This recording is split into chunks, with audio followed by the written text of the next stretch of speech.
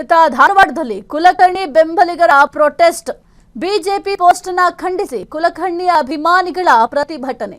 ಧಾರವಾಡದಲ್ಲಿ ನಿನ್ನೆ ರಾತ್ರಿ ಪ್ರತಿಭಟನಾ ಮೆರವಣಿಗೆ.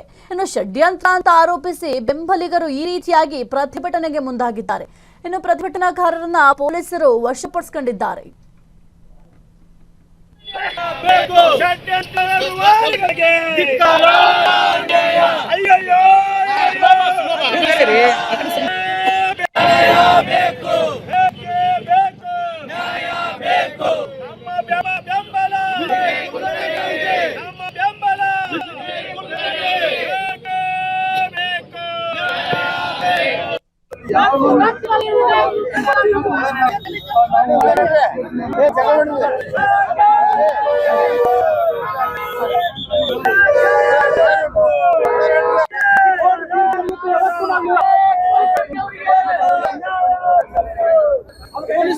ಮೊಟ್ಟ ಮೊದಲಿಗೆ ನಾನು ಹೇಳಲು ಏನು ಇಚ್ಛೆ ಪಡ್ತೇನೆ ಅಂತಂದ್ರೆ, ಇವತ್ತು ಜನಪ್ರತಿನಿಧಿಗಳ ನ್ಯಾಯಾಲಯ ವಿನಯ್ ಕುಲಕರ್ಣಿ ಅವರು ದೋಷಿ ಅಂತ ಇವತ್ತು ತೀರ್ಪು ಕೊಟ್ಟಿದ್ದೀವಿ.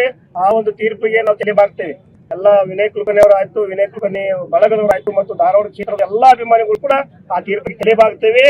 ಅದೇ ರೀತಿಯಾಗಿ ಹಿಂದಿನಿಂದಲೂ ಕೂಡ ವಿನಯ್ ಕುಲಕರ್ಣಿ ಅವರನ್ನ ಷಡ್ಯಂತ್ರದ ಮೂಲಕ ಈ ಕೇಸಿನಲ್ಲಿ ಸಿಲುಕಿದಂತ ಧಾರವಾಡದ ಒಬ್ಬ ಶಕುನಿಗೆ ಈ ಮೂಲಕ ನಾವು ಧಿಕ್ಕಾರವನ್ನ ಘೋಷಣೆ ಮಾಡ್ತೇವೆ. ಯಾಕಂತಂದ್ರೆ ಸುಮಾರು 10 ವರ್ಷಗಳ ಕಾಲ ಈ ಕೇಸ್ ಮುಂದೂಡಿದೆ.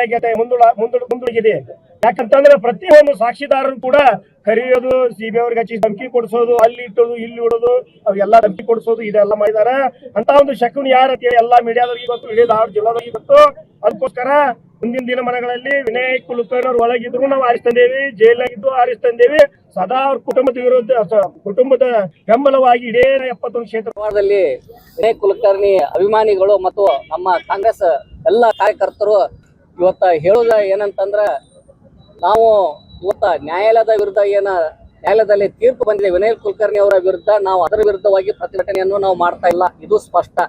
ನಾವು ವಿನಯ್ ಕುಲಕರ್ಣಿ ಅವರಿಗೆ ಷಡ್ಯಂತ್ರ ಮಾಡಿ ಈ ಕೇಸಲ್ಲಿ ಸಿಗಿಸಿ ಅವ್ರಿಗೆ ಅಪರಾಧಿ ಅಂತ ಇವತ್ತ ತೀರ್ಪನ್ನು ಹೊರಬಿಡಿಸ್ತಾರ, ಆ ಶಕುನಿಗಳ ವಿರುದ್ಧ ನಾವು ಇವತ್ತ ಪ್ರತಿಭಟನೆ ಮಾಡ್ತಾ ಇದ್ದೇವೆ. ಅದಕ್ಕ ಇವತ್ತ ಏನಿಲ್ಲಿ ಆಗಿದೆ ಅದ ಮುಂದಿನ ದಿನಮಾನಗಳಲ್ಲಿ ಅವರು ಹೈಕೋರ್ಟಿಗೆ ಹೋಗ್ಲಿಕ್ಕೆ ಪ್ರಯೋಜನ ಇದೆ. ಯಾಕಂತಂದ್ರೆ ತಾವೆಲ್ಲರೂ ಗಮನಿಸಿರ್ಬೋದು, ಇವತ್ತ ಬಹಳ ಹಲವಾರು ನಾಯಕರುಗಳು, ಸಿಬಿಐದವರು ಮತ್ತು ಇಡಿದವರು ಎಲ್ಲರೂ ಕೂಡ ಇವತ್ತು ಕೇಸ್ ಹಾಕಿ ಅವ್ರನ್ನ ಒಳಗೆ ಹಾಕಿದ್ರು. ಆದ್ರೆ ಹೈಕೋರ್ಟ್ದಲ್ಲಿ ಅವರೆಲ್ಲರೂ ನಿರ್ದೋಷಿ ಅಂತೇಳಿ ಇವತ್ತಾಗಿ ಹೊರಗೆ ಬಂದಿದ್ದಾರೆ.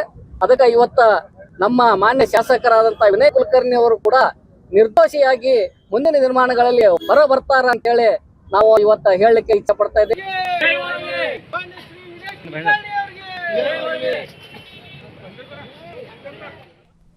ಕ್ಷಣ ಕ್ಷಣದ ಸುದ್ದಿಗಳಿಗಾಗಿ ಫ್ರೀಡಂ ಟಿವಿ ಸಬ್ಸ್ಕ್ರೈಬ್ ಮಾಡಿ, ಲೈಕ್ ಮಾಡಿ ಹಾಗೂ ಫಾಲೋ ಮಾಡಿ. ಹೊಸ ಸುದ್ದಿಗಳ ನೋಟಿಫಿಕೇಶನ್ಗಾಗಿ ಬೆಲ್ ಐಕಾನ್ ಮೇಲೆ ಕ್ಲಿಕ್ ಮಾಡಿ.